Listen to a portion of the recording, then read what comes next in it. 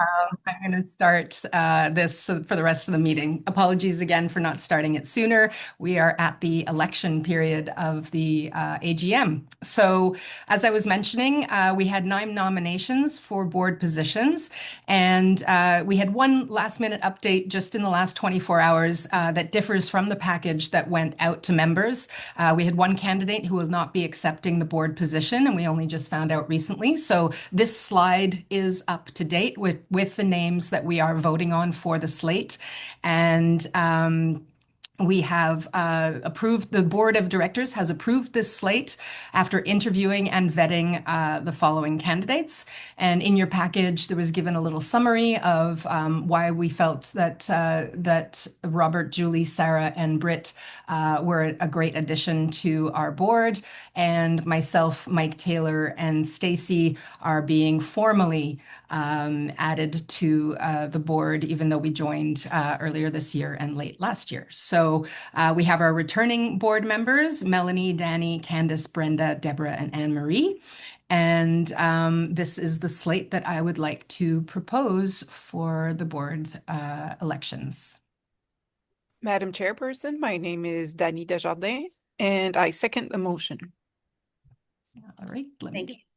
So you've heard the motion to re-elect and to elect our new board members. Would you please complete the poll to show all in favor or to against or to abstain?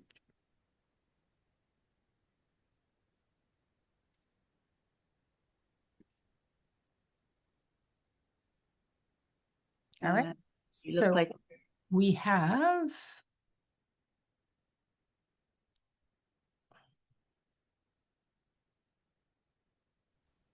so thank you very much for voting. Yeah, we have the majority. Thank you. We have our majority. So passed as done. So that's good there. So this is really really good. I'm really looking forward to working with all these new people. It's exciting to have so many that wanted to join our team, and we had to narrow it down with the dynamics of our bylaws, limiting how many we could have. And it really was good. We had the existing board stepped up to help us with the interviews. And I feel like we've chosen an excellent group. I'm very excited about these people. And we'll bring them up in a few minutes.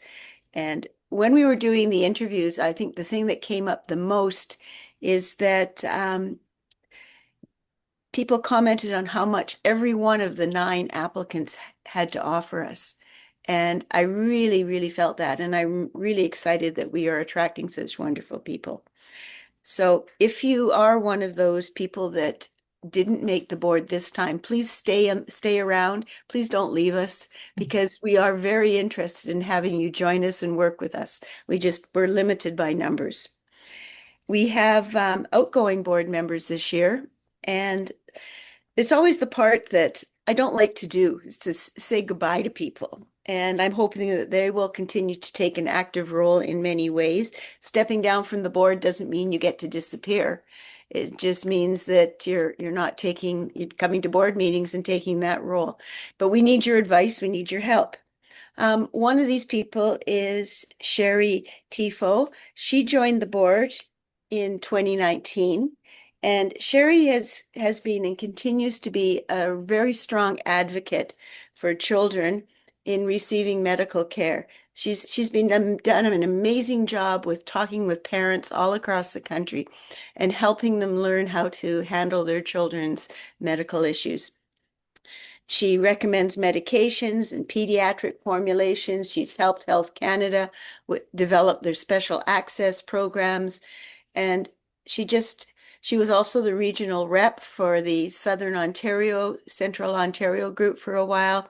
She was in charge of setting up meetings, in-person meetings for up to 55, 60 people at times, doing all the documentation, the attendance, the name tags, greeting people. Huge job. And Sherry was always willing to get on the phone and talk to people and just help them out through their rare disease diagnoses. So thank you, Sherry. And you'll be missed as a board member. And and she is also stepping down from her role with the parents group, but I'm hoping you're going to stay with the group to help them and guide them in the future. So thank you, Sherry. I don't know if Sherry's here today. Haven't seen the list. Derek Burby, he lives in the Toronto area. He joined the CAS team as a support group leader in 2014.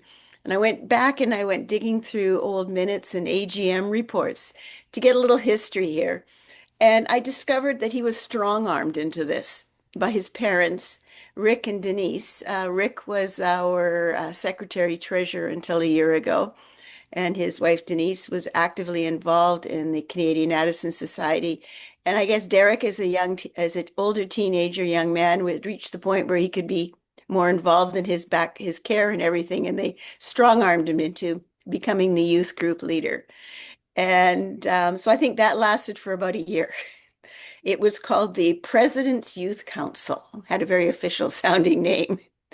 And so thank you, Derek, because you were the beginning of what we're doing now. We've moved through a couple of different groups, youth groups. We had our youth ambassadors, and we've got what Carly and Vijo are doing now with the adults and youth. It's great. So, and then after at the AGM in 2015, Derek became a director. And 4 years later, he stepped up to become vice president in 2019. So he's been the vice president of our organization for the past 6 years. The numbers were hard because the AGM is always in the next year, so it becomes interesting. And Derek, I've only known for about a year and a half, and I've really learned that he has a very good sense of how things work. And he's not afraid to say if he disagrees and explain why in a very capable manner. So I really appreciated his advice. He's given me some good ideas over the last year and a half.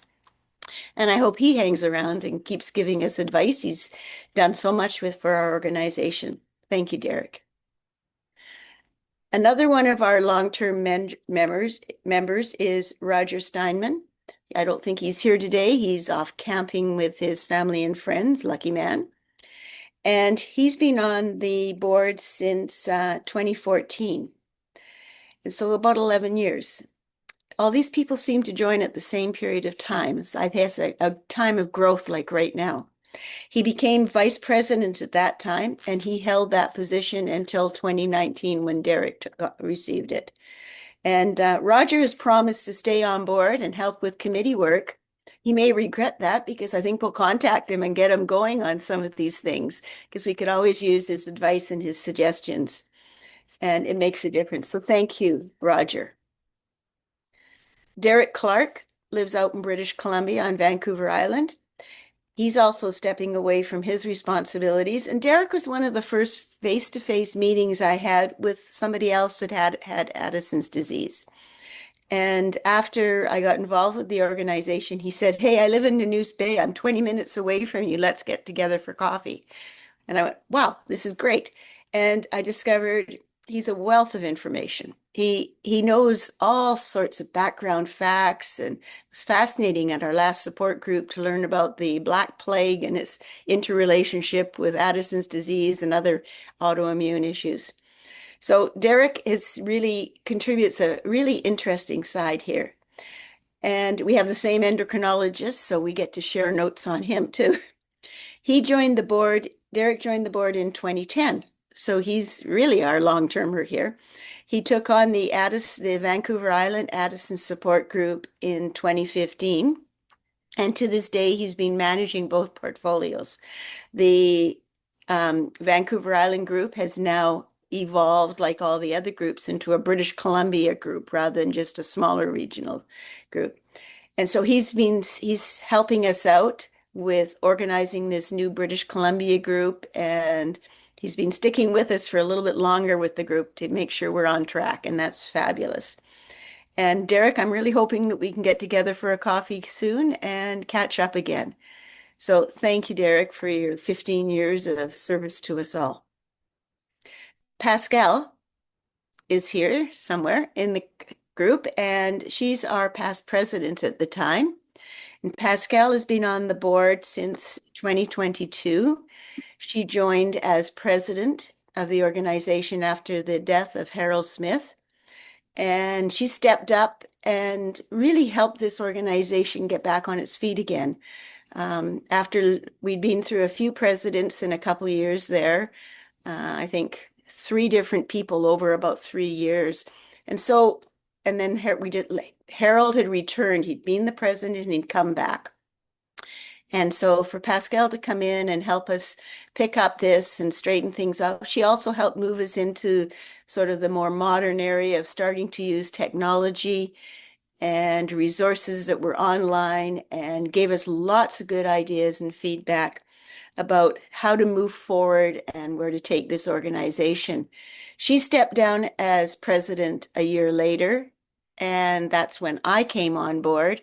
And she became my resource person and, answered a zillion emails, and she was off dealing with other issues. And she was always there to answer my emails saying, help, what does this mean? I don't know what this is. And she got a lot of those from me. And I really appreciate her awareness of details and filling me in on what's going on and how it's functioning. And so thank you, Pascal. And I hope you'll hang around too to help us out, because we're going to need your awareness and understanding in the future. So that's the board members that are stepping down, and I will be in touch with all of you privately. And yeah, I hope to see you again at all these functions. Thank you. So this concludes the formal part of our meeting, our agenda. So I'd like a motion. I'm going to ask for a motion to terminate the formal.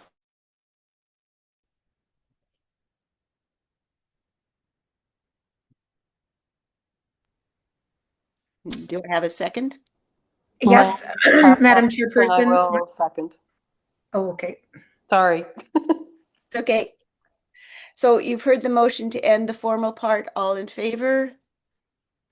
I'm just trying to launch the one. I think I may not have closed the previous one. Sorry about that. Hang on. Got all excited. That's okay. There we are.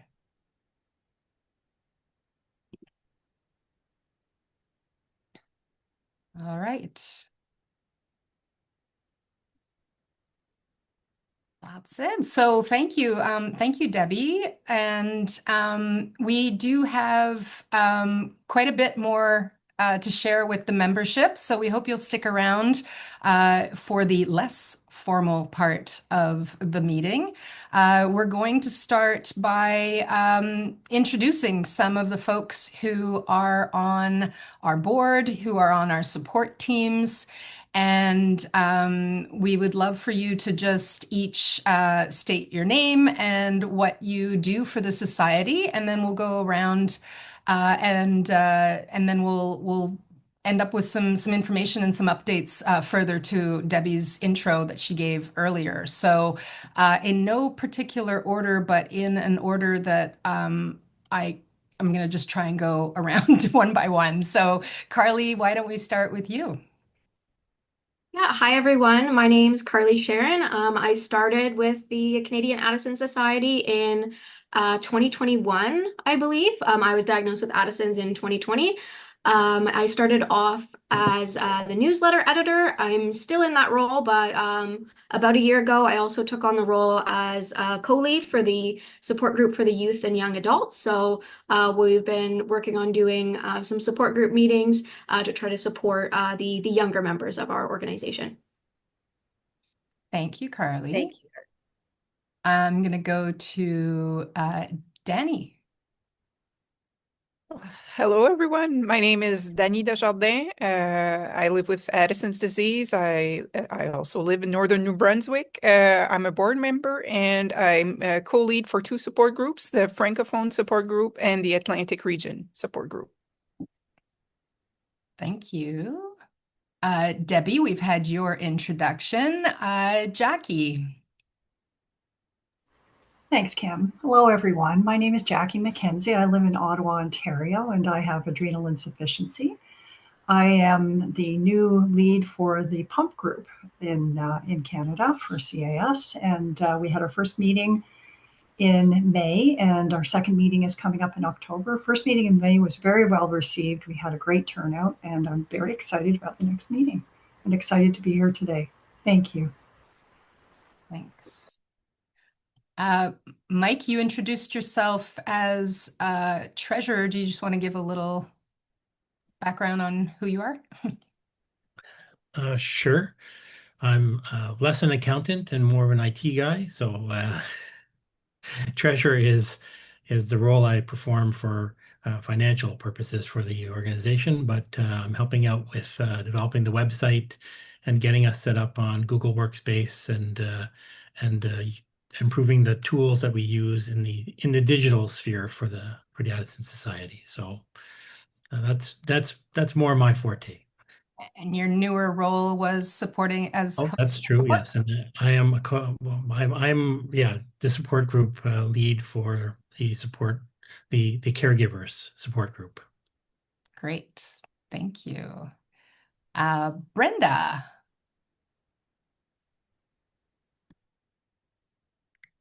Hello, I'm Brenda Dinsdale, and I've had primary adrenal insufficiency since early 2015. And right around that time is when I became a member of the Canadian Addison Society.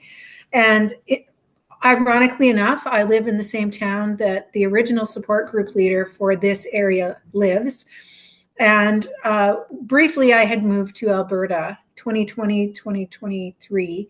And I lived two doors away from the support group leader for the Alberta group. Just a little irony there. I've been the support group leader for Saskatchewan off and on since 2017. Obviously not when I lived in Alberta. I've been a board member that long. I sit as a board member, but I'm also the co-leader for the Prairies and Territories group with Don Paquette, who is here today. Hi, Don. Good to see you. And I serve on the advocacy committee.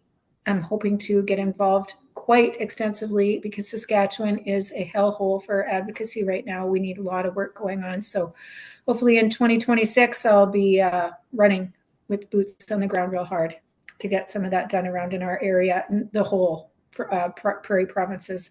I'm also new to pumping, so I'm interested in the pump group with Jackie. And so grateful to have everybody here today. Thanks. Thanks, Brenda. Dawn, are you able to say a few words, or do you have your hands full? No, I'm good. All right. The children are currently occupied downstairs. Good. I'm Dawn Paquette. I have secondary adrenal insufficiency due to a pituitary tumor, and I'm co-lead with Brenda for the Alberta's and Territories support group. And we've had lots of exciting things going on this year, so it's nice to see that group really taking off. Thank you. Thank you. Derek Clark, are you around to say a quick hello? Yeah, absolutely. Derek Clark, I was diagnosed with Addison's disease in 2001. At the time, I was an airline pilot and continued to be an airline pilot for about 15 more years after that, which was unique in that there was no other airline pilots in Canada flying at that time. So I did with the help of some very good care. I've since retired, and I joined the Addison's group on Vancouver Island in 2005 and helped out there and continue to help out. As Debbie said, I'm hoping to move on at some point. It would be good to have somebody younger come in and help out and help attract a younger group of people for our support group on Vancouver Island. Nice to see you all. Nice to have you all here at this AGM. Thanks. Thank you. And Pascal, do you want to say a quick hello as you retire from the board? One sec. Let me put my video on. Pascal Schicks. So I am here in St. John, New Brunswick. So I'm also from Atlantic Canada. I'm stepping down from the board at the end of this AGM. I was involved in the technology website group with Mike. And that's about it. So yeah, so I've been diagnosed with primary adrenal insufficiency, Addison's disease in 2005 back in Belgium, moved to Canada in 2011, and currently struggling with a few health issues still. So hope to get those sorted out very quickly. We hope so too. Thank you. Patty, are you around? Patty? Going once, going twice? Is Sherry around? I'm around, but am. how do I get it's Patty here. How do I get my video to work? Let me Or can see. you see me? Yeah, we can Can see you? you. We're good. Oh, Hi, Patty. oh, hi. I'm from I actually live in Surrey or White Rock here, Crescent Beach, if anybody knows this area. I've probably about 15 years with I guess it would be primary standard Addison's, right? And doing much better now. I've had a tough time because I've nursed my husband for the last 5 years, and he's passed now. And now I have some time, and I'm interested in joining you people. Anything else I need to tell you about myself? I don't know. That's great. Thank you. Thank you, Patty. Thank you. Thank Sherry, are you there? I'm here. Yes. Sorry, I just turned on my camera. All right.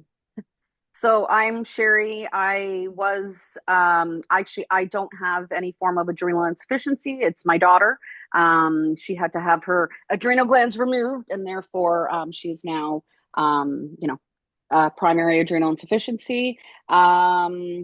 And I was doing, as mentioned, I was on the board. I'm now stepping down, and I will, my hope is to, join those parent groups when they start, and provide maybe some support that way. But just right now with other things going on, I'm just not able to sort of commit my time to that right now. So I want somebody who can commit the time that's needed for it. So Thanks so that's much. about it.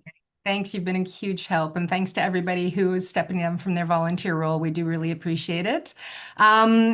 I believe I've covered all of our current board members, returning board members, and our support group, support teams, etc. I would love to hear from Britt. Are you here? Britt is one of our new board members. Hi, yeah, I'm here. Sorry, my video doesn't seem to be cooperating though. So my name is Britt Burnham. I live on Vancouver Island and I work in communications. I've had secondary adrenal insufficiency for about 20 years now, and just looking to get more involved and see how I can help out. Thank you. And Julie. Hi, my name is Julie. I'm from London, Ontario. I was diagnosed with Addison's disease in 2020, 25 years ago. And I am so grateful to connect with other people who have similar lived experience. I had not connected with anyone online or in real life until about 5 years ago, and it's been very life-giving for me. And I've leadership and social services and some research. And I'm just so excited to be a part of this board and looking forward to getting to know all of you. Thank you. Thank you. That's great. We're happy to have you. Sarah. Hi, everyone. My name's Sarah Rodriguez. I am from British Columbia. I live in the Lower Mainland down here.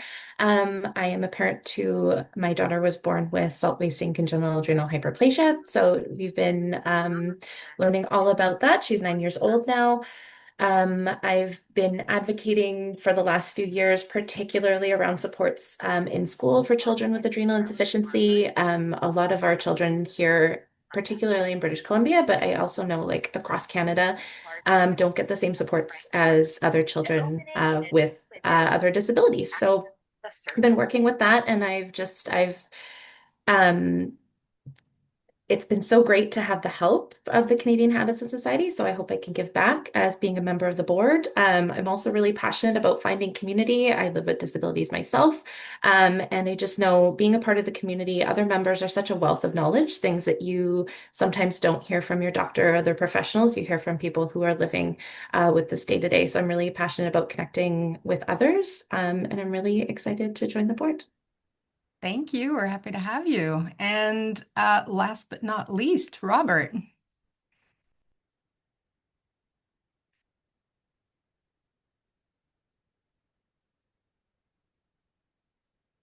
We just need you to unmute.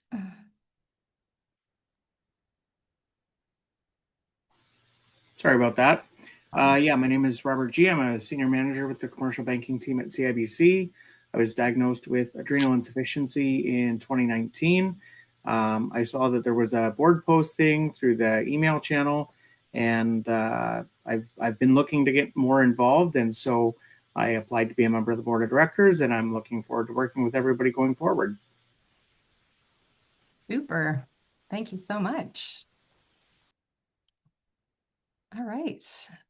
So that's our crew. We're going to get into a little bit more details of how all of this magic at the Canadian Addison Society happens.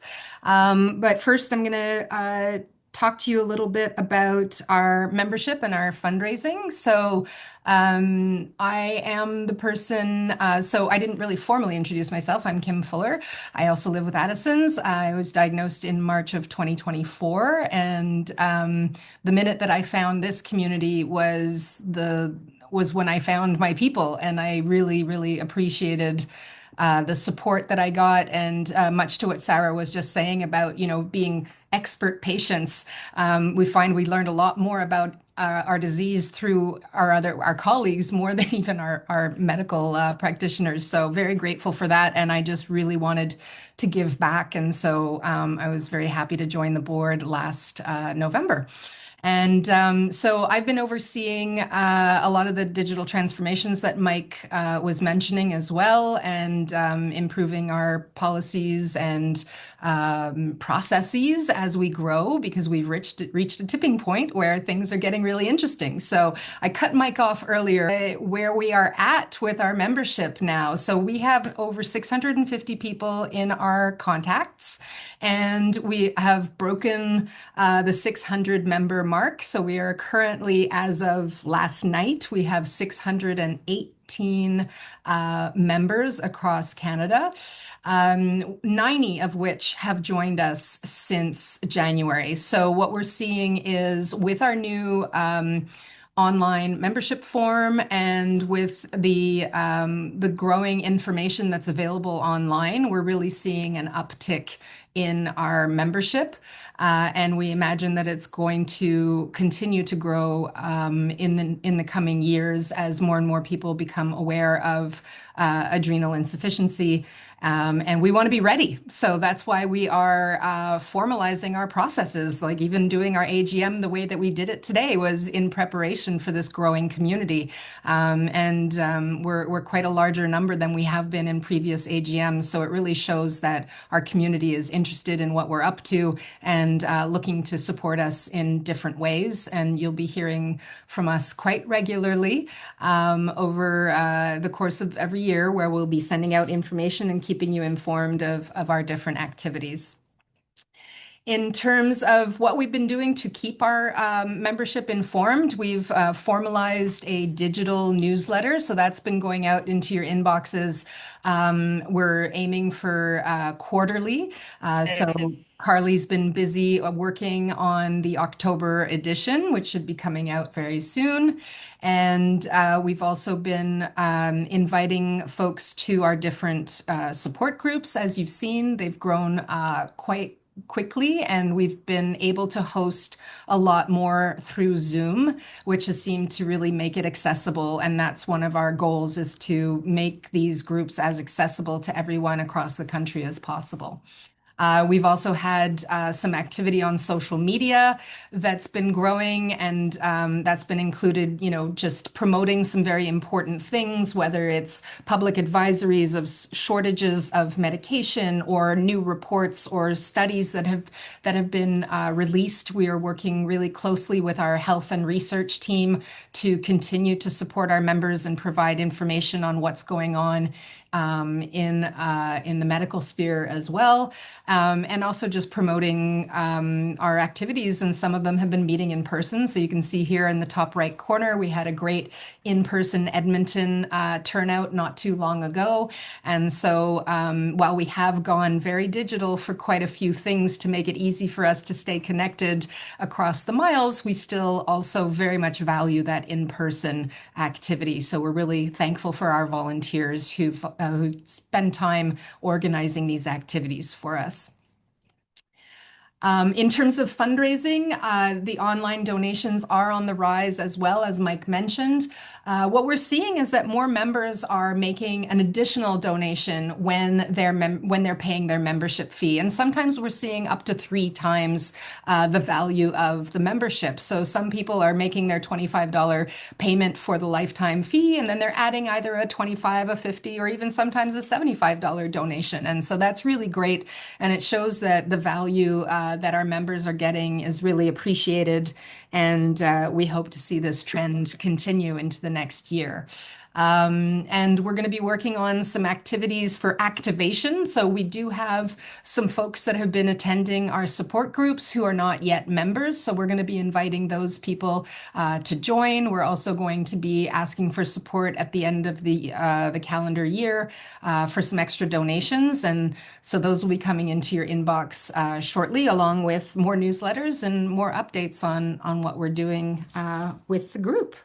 So with that, I will ask Debbie to give a little update on our support groups. Melanie Westover is not able to make it today. She is going to soon be our vice president, and she'll be in charge of overseeing the support groups. So Debbie, do you want to just give a little update about our structure and how that's been going?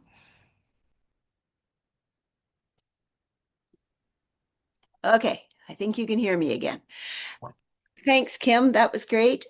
Yes, so the support groups are the part of this organization I think that excites me personally the most, because this is the down and dirty. This is where we talk to the people, we help the people, and we interact with each other so much. And I think our support groups have just really flourished in the last year. And I really thank our support group leaders. And I'm just going to run through them and mention the names of the people that are involved in helping out with this and the format we're using. So I'll start over on the left-hand side of this chart with BC. And Derek, of course, is our long-term leader of this group. And he's been helping Patty and myself get this group up and running, but we are looking for another support member from the British Columbia area. And this is now an inclusive group. We have combined 3 groups together: the Lower Mainland, Vancouver Island, Northern BC, and then the central part of the interior British Columbia didn't really have a group. So we're all now together in one group, and we're hoping we will be having a meeting on the 18th of October. So if you're a BC type, plan to show up for that meeting and give us a hand with that. On the prairies and territories, once again, we combined the groups. We were looking at small numbers in some provinces. So we have Manitoba, Saskatchewan, Alberta, and the territories are all together. And I think it's about 90 people. It's quite a large group. And we have 2 leaders for that, Brenda Dinsdale and Don Paquette, that you met earlier. And they're doing a fabulous job of integrating the Zoom and the in-person contacts. And they have been doing regular meetings, and they're also meeting up with the Pituitary Foundation in Alberta and coordinating membership between those 2 groups. So fabulous interaction of people that all have similar needs. And thanks, ladies. In Ontario, another large province with our largest number of members, South Central is a huge group. And we have Melanie Westover and Stacy Thornton doing that. They are both also on our board of directors, and they do a fabulous job of having meetings at least every second month, often monthly, and lots of people in that group. They pick up the phone, they'll talk to you, they give you a hand with all sorts of things. Stacy is also involved with advocacy and working with keeping everything, all the information out there. In Eastern Ontario, we have David and Mari, David Sparks and Mari, lost your last name. And they do a great job based out of the Ottawa area. Most of their meetings are in person with a Zoom component, and I believe they have one coming up soon. In Atlantic Canada, we have Anne-Marie and Danny. They are both board members as well, and that's another very active group there. Anne Marie's also involved with the distribution of all the supplies. So she's one of the first people, if you join, that you have contact with when you ask her for your medical card or practice vials to practice your injection kit with. In Quebec, we don't have an English group at this moment, and we are pursuing that. We have a couple of people that have indicated they're on the maybe list for being interested. So I'm hoping if you live in Quebec, there'll be something this fall, so watch your inbox. We have created a Franco-Canadian group for French-speaking members across the country. So they get to deal with the whole time zone issue when they're planning their meetings, trying to make it work. And I think it's quite a large group that's developed. And we have 3 people helping out with that at the moment. We have Julie Collette, Danny Desjardins, and Kim Fuller are all working with that group. We have a new parents group starting up this fall. Candace is doing that. And we're hoping to find another co-lead for her. The caregivers group, once again, is looking for a co-lead. Mike is doing that at the moment. And this is for all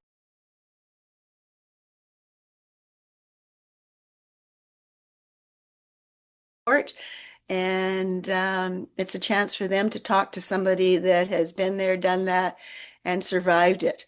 And I think that's the key factor. The pump users group, Jackie's running that. You met her earlier. This is a group that's got a lot of excitement, not just here in Canada, but from other countries. We're getting comments and messages from around the world from people saying, how do I go about doing this? What can I do?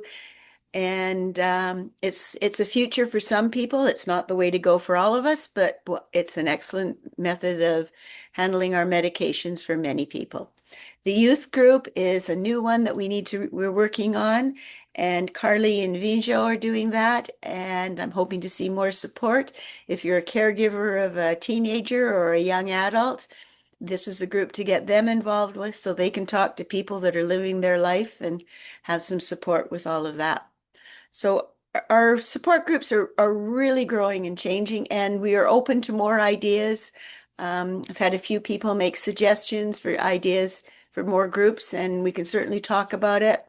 And it'll always come up at a board meeting. We'll discuss and then get back to you if you do have a great idea. But these people are the strength of our organization, and I really thank you for what you do. Thank you, Debbie.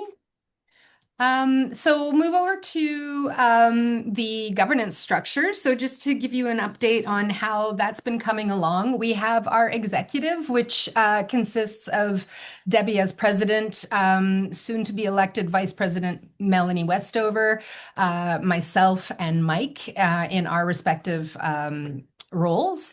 And we're currently going to be seeking a board member to lead up the Marketing and Communications Committee.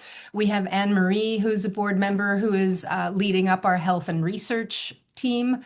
We have Stacy that Debbie just mentioned is also a board member, and she's leading the advocacy group with a couple of other volunteers.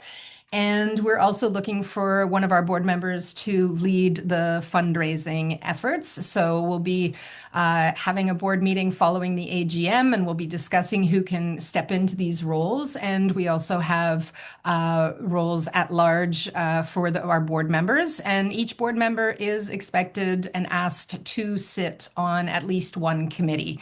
And so it really keeps us going. Melanie is overseeing the regional reps and support groups. I'm overseeing the governance, which for now the membership committee is sitting under that. So we'll be recruiting for some folks to help us create a better membership experience. We're also looking at different types of membership. So right now, all of you are individual members, but we'll also be exploring what maybe corporate membership looks like, or what people in the medical field and that could look like as well. So those are more topics to be discussed as we move forward. Mike mentioned earlier that he wears two hats. He is very good with numbers, yes, but he's also very good with web and IT. So he is also seeing up the digital transformation, as he mentioned earlier. And Carly's leading up the newsletter committee. And so she works closely with Debbie and myself to gather information to put into the newsletters that you get. And so we'll be looking to build up the marketing and communications team this fall. And the rest of the folks we've mentioned with their subgroups. So that's basically how we are currently working. The standing committees are the ones that you see with the dashed line, and the ad hoc committees are just that. They are set up when the board feels that we need a committee to lead a specific project. We create a committee to take care of it and assemble some really smart and wonderful people to help us along and get that work done. So in this case, as Debbie mentioned very early on in the meeting, we do have our work cut out for us to modernize the organization and start adopting new tools that bring us into the 21st century. So that's one of our ad hoc committees at the moment, is this IT and digital transformation, so that once we're all set up with that, we'll evaluate whether that needs to be a permanent committee or not. But at the time, for the time being, it's to get the job done, and we'll go from there. So I will stop on that note and pass it back to Debbie, who will talk about what's in store for us. Thank you, Kim. I just had to unmute myself. It always takes a moment to find the right spot. So, gave me a list to work with. Okay, this is good. So this is some of the projects that we are looking at right now. We are building a new website. Well, I won't say we. Kim is, and Mike, and a few of the other members. We've had people helping with translation, with the medical information, bringing in people from all over to give us some ideas and support with this. And it should be up and running in the next few weeks, I'm hoping. We had hoped for this weekend, but that wasn't to be, and that's okay. Because we want to do it right. We don't want to be pulling things down and revising it. And I think our biggest step right now is completing the French side of it, so that we make sure it's accurate and up to date for all our Francophone members. But you can watch for that, and that's a very important thing. We need to do some strategic planning about what directions we are taking, where we're going. Some of our members are very interested in a rebranding process for our name. So all those kinds of things will come under the planning in the next year, and we'll talk about them at the upcoming board meetings and decide where we're going there. We are in the process of revising our bylaws. They have been changed multiple times through the years, the 30-odd years that we've been in organization, but it's time to standardize them with some of the modern expectations. So we brought somebody in to help us with rewriting them. As this lady volunteered, Kim would know who she is, and she rewrote them for us and helped us with bringing them onto the modern page. We will go through them again with the board, a few more revisions, and that should be up for the next AGM in the new year. We're involved with collaborating with a lot of our partner organizations and healthcare professionals.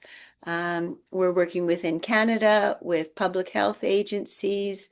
We are involved with some of the drug agencies and companies with medication updates. We're involved with adrenal foundations internationally. And of course, we're going to the conference with the our endocrinology partners in the fall. So that's exciting, and it's the new direction for that. And lots of research is going on. We have a health and research committee now with Lucianne and Anne-Marie and Gino, and they're keeping us on the medical side, what's happening, what we need to pay attention to, and giving us some direction as to where we need to move in the future and what's important for us to follow up and, go to the government and say, we'd like this to happen. How do we make this work? We're working with advocacy, getting ourselves out, helping people. We get lots of requests from people saying, what do I do? How do I help? And this team will work closely with the health and research and sharing information publicly and stuff. We need to connect to resources online. We'd like to do some webinars ourselves. That's the social media. Bring in more guest speakers, medical professionals. Some of the support groups have been bringing in pharmacists, other people to talk to their membership. And this kind of thing is wonderful. It really helps us all to learn. And that's the whole point of all this, is to learn together. So I'll turn it back to Kim. Thanks, Debbie. So we hope you've enjoyed our quick little overview of what we've been up to. At this point, the floor is yours. We're going to open it up for questions, comments, reflections, concerns, anything that's on your mind. We've scheduled, Debbie, I got to say, this is super impressive. We are so on time. It's scary. We're actually early. We're 5 We minutes might early. actually even be early. So thank you, everybody, for sticking to our agenda. And I've really enjoyed myself so far. It's been it's been a huge team effort pulling all of this together. But when I hear each of everybody speak about what we've accomplished this year, it just really fills my heart with a lot of pride and joy. So we'd like to hear from you guys. So if it's possible and you know how to use the raise hand feature on Zoom, we'd really appreciate it so that Carly and Jackie can help us kind of organize who's going to speak. And if you're having trouble with those tools on Zoom, then just put your hand up, wave it, say something so that we can put you in the queue, and we'll try to get to everybody. And we've got a good 20 minutes here before we have to break for this meeting and then switch Zoom calls to go and have our board meeting. But we'd love to hear from you. So please dive in.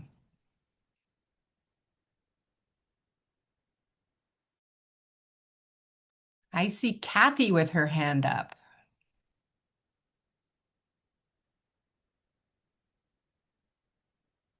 Oh, we can't hear you, Kathy. Did it work now? Yes. No. There. How's that? Perfect. Can you hear me? Okay, good. My name's Kathy Walker. I'm here in the Lower Mainland in Surrey. And so I'm sort of a new kid on the block. I've had both my adrenals out this year in March and June. So I'm still on the learning curve. I noticed your last minutes had someone from one of the drug companies talk about trying to figure out some way that there could be an EpiPen or something like that, which just sounded terrific.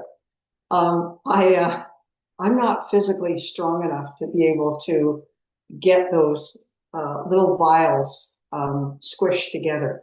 And I was wondering, waiting for Health Canada or the FDA to approve some new chemical process. I'm just wondering if anybody has ever thought of having some sort of mechanical device that would sort of fit on both the vials, and you could lever it so that they would go together. I mean, am I dreaming in Technicolor? Do I just need to find somebody stronger if I ever have an adrenal crisis? I just wondered if anybody had any thoughts on that. Pascal, do you have your hand up to respond? Yes. Okay, great. Thanks. Go ahead. So I'm going to share something that was shared, I believe it was yesterday in the NADF. They have a first patient conference that is running yesterday and today. I'm not sure, but if you are able to get, rather than the Solucortef, to get hydrocortisone powder and then the diluent separately, and you may need to go to a compounding pharmacy, might be easier for you, because then you don't need to go through that step of pressing the top of the Solucortef and get that little rubber thing down. Thanks, Pascal. Okay, and then the other thing is, I know Pfizer recommends that we inject IM, so intramuscular. If injecting is hard for you in the muscle, it is off-label, but you can inject subcutaneously. So that means, like the diabetics, into the belly, and your pharmacist should be able to teach you how to do that. Great. Thanks for that info. Those are absolutely, difficult things to do, and not just for people who can't press it down. But I have recently had an adrenal crisis back in August. I was just incapable of injecting myself. Right, so it's good for anybody to learn how to do the sub-Q, to get that needle. It's a different needle, to get that into your injection kit, so that if you feel you're not able to, get it strong enough into your muscle, that you're able to inject in the belly. There's a little bit of a time. It takes a little bit more time when you do the sub-Q, but it's better to get something in you rather than nothing. The other thing that you might want to look into is something that Gino shared. So compounding pharmacies were able to make hydrocortisone 100 milligram that was sublingual. So basically that you take into the mouth, and that would dissolve into your mouth. So they were able to do that for him, because sometimes, you're not capable of injecting yourself, so it takes a little bit longer to get it in, but eventually it does get in, and then you get better and you can do that injection through the muscle. So those are probably the few things that I would recommend you exploring, because every province, again, is different. So what you can get here in New Brunswick or Ontario or Quebec might not be exactly what you're going to live in BC. Great. Thanks, Pascal. Brenda, did you want to respond to this or have another question or comment? No, I'll respond to that real quick. With myasthenia gravis, I don't have either. I don't have the strength to pop that, the rubber stopper. So I push it with my body weight on a counter. I've never broken a vial. I've been doing that for 10 years, and I injected 3 times a day for 5 years. So I was popping those like several times a week, and it's safe to do it against a counter with your body weight, with your wrist, and pushing it into the counter. I do it upside down, push it, and then I don't have that problem. I seriously, I would never be able to do it with my hand either. And I just want to follow up on Pascal. If you have the time when you're in crisis to inject IM, do IM. It is much faster. And of course, the lag time with the sub-Q, can be up to, depending on body fat and metabolism and that sort of thing, can be up to 10 or 15 minutes. So if you have the time, inject in crisis in muscle, if you can. Thanks. Jackie. Thanks, Kim. Yes, I just wanted to remind people, in case you're not aware, I have an application into SAP, Health Canada, or powder-only vials. My recent application was rejected, but I am reapplying with new information. The powder vials are currently available in the US, the UK, and Europe. Pfizer makes them, but Health Canada will not yet import them into Canada for pump users and for this application where people are having difficulty popping that cork. So I just wanted to let you know I am working on that. Currently, they are not available in Canada, but if anyone can offer any help to with the SAP application, I would be more than thrilled to have some help with that. And we also do have a question in the chat from Patty. Let's see, Patty's wondering about, oh, sorry, one sec. Yeah, Patty's in Surrey, BC, and she wants to know if the paramedics are equipped there to deliver an emergency injection.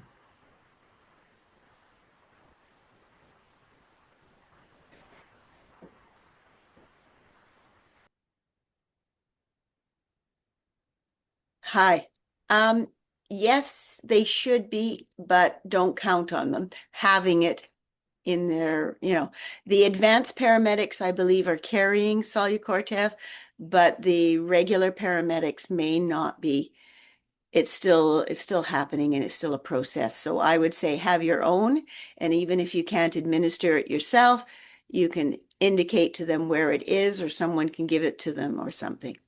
But we're hoping that they will all be on board with being able to do it and having it in the supply very soon.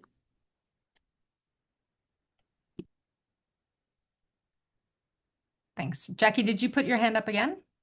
I did indeed, Kim. I forgot to add that there is coming down the line, there are 3 companies working on it's like an EpiPen solution to an emergency injection. So that, I think we had a guest speaker at the last AGM, Julia. Yes, and that device is currently being fast-tracked with the FDA. So hopefully within the next couple of years, there may be an EpiPen type solution for emergency hydrocortisone injections. Thank you. Thanks, Jackie. Pascal. Yeah, I just wanted to add before it gets approved into Canada, those things, I think it's more than a couple of years. So they might be a couple of years away in the US. Yesterday, at the NADF, patient and caregiver conference, they mentioned that probably one of them was already submitted to the FDA for review, but don't count on it for Canada. Not anytime soon. I don't believe so. That's my personal opinion, at least. Yeah, it's a long process. You might need to go to the US to get it once it's available. It's like the same is valid for any of the slow release hydrocortisone. So the Chronocorts, it's called Efmodine right now, and then there's the Plenadren. The pharmaceutical companies first they need to make the decision that they want to submit to Canada, right? And right now there's no market in Canada. The process is too difficult. They're going to go for the easy markets first. Yeah, that's it. I'll stop. Thank you. And back to Jackie. Yes. I just want to mention that this is where the SAP program could really stand up for the Canadian Addison Society. If it's approved in the US, then it's possible. Anyway, I just wanted to put that out there. Thanks. Thanks. Yeah, well, that is why, these committees that we've created on the board to focus on, health and research and how closely, like Debbie was saying, that they're going to work with the advocacy group. It's really important because we are a small group when you look at, compared to other disorders and diseases. But if we make enough noise, we can make some serious change. And so the bigger our membership grows. And, we did a little test this summer where we asked people about how easy it is for them to get access to emergency medication, to get the Solu-Cortef. Is your endo even prescribing, Solu-Cortef to you, et cetera? And there was a wealth of knowledge. And we had 100 people respond to that survey. And it was just a really kind of like spur of the moment survey that we sent our membership. And so the more that we can engage the membership to get some real data that then we can take to these decision makers and policymakers, we can hopefully start getting some, some better solutions for the group. Sherry, I saw your hand go up momentarily. Sorry. Yeah, no, I was just in regards to the special access program. Like I know right now we're currently getting the 5 milligram Cortef tablets for my daughter through Sick Kids, but she will be turning 18 in July, so that will mean she's no longer getting it. And I know other people have been, other adults have tried and it's been difficult. So it'll be interesting to see sort of if there will be something happening, that, the Canadian Addison Society can support in regards to, sort of the special access program.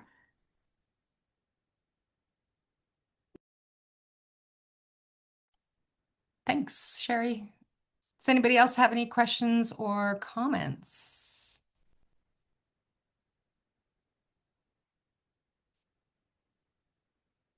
Anyone? Debbie? So I've been writing down a list of some of your suggestions and ideas, and I think we're going to have some new directions here and some ideas of things that we need to talk with our board and support members about following up with. I think you got some great ideas here. And, the whole injection, like an EpiPen that Kathy started this conversation with, is so needed and so true. We all agree this is what we need and what we want. So we'll have to follow up on that. And I, like Brenda, when I have to do those little vials, I have to push it down on the counter and put all my body weight into it to get it to move. It is the hardest thing to do when you are not feeling well. And we need to look at that and some other options. I think, it's just perhaps mixing them myself might be an easier solution. So, any other questions or ideas from people? Directions that we can take to help you and keep things moving along?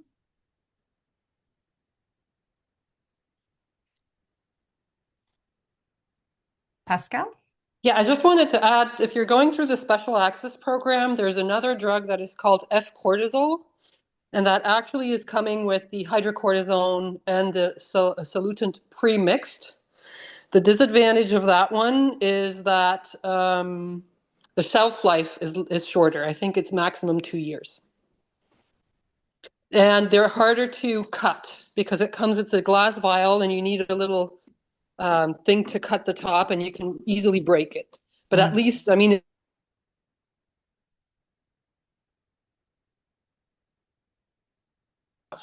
so those are the different routes maybe to, if you're going through special access, to look into. Thanks. And Ginny also put a comment in the chat. Have you heard of the medication F-Modi? Modified release capsule of hydrocortisone, but not available here. So F-Modi is currently approved for CAH, so congenital adrenal hyperplasia in children in Europe, and I believe you might be able to get it in the US, where they submit it in the US. So the advantage of that one compared to Plenadren is that you take 1 pill in the morning, 1 pill in the evening, and with the delayed release, it's gonna more closely follow the curve of cortisol from a normal person. So it will raise your cortisol levels in the morning, and then slowly, they will come down up to your nadir, so your low point around 10, 11 midnight to 2 a.m. depending on age.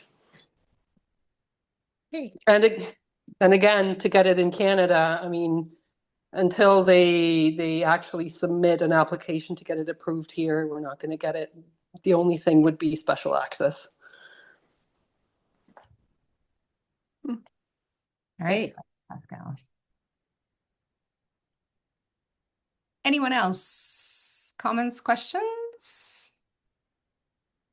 No? Well, great. I thank you so much again. I know that just finishing a few minutes early is going to really be appreciated by our board members who are going to go off to a second meeting now. So thank you very much. For our newest board members, I may have been so focused on the AGM that I neglected to send you the Zoom link for the following meeting. So I will be sending that out to you as soon as I hang up here.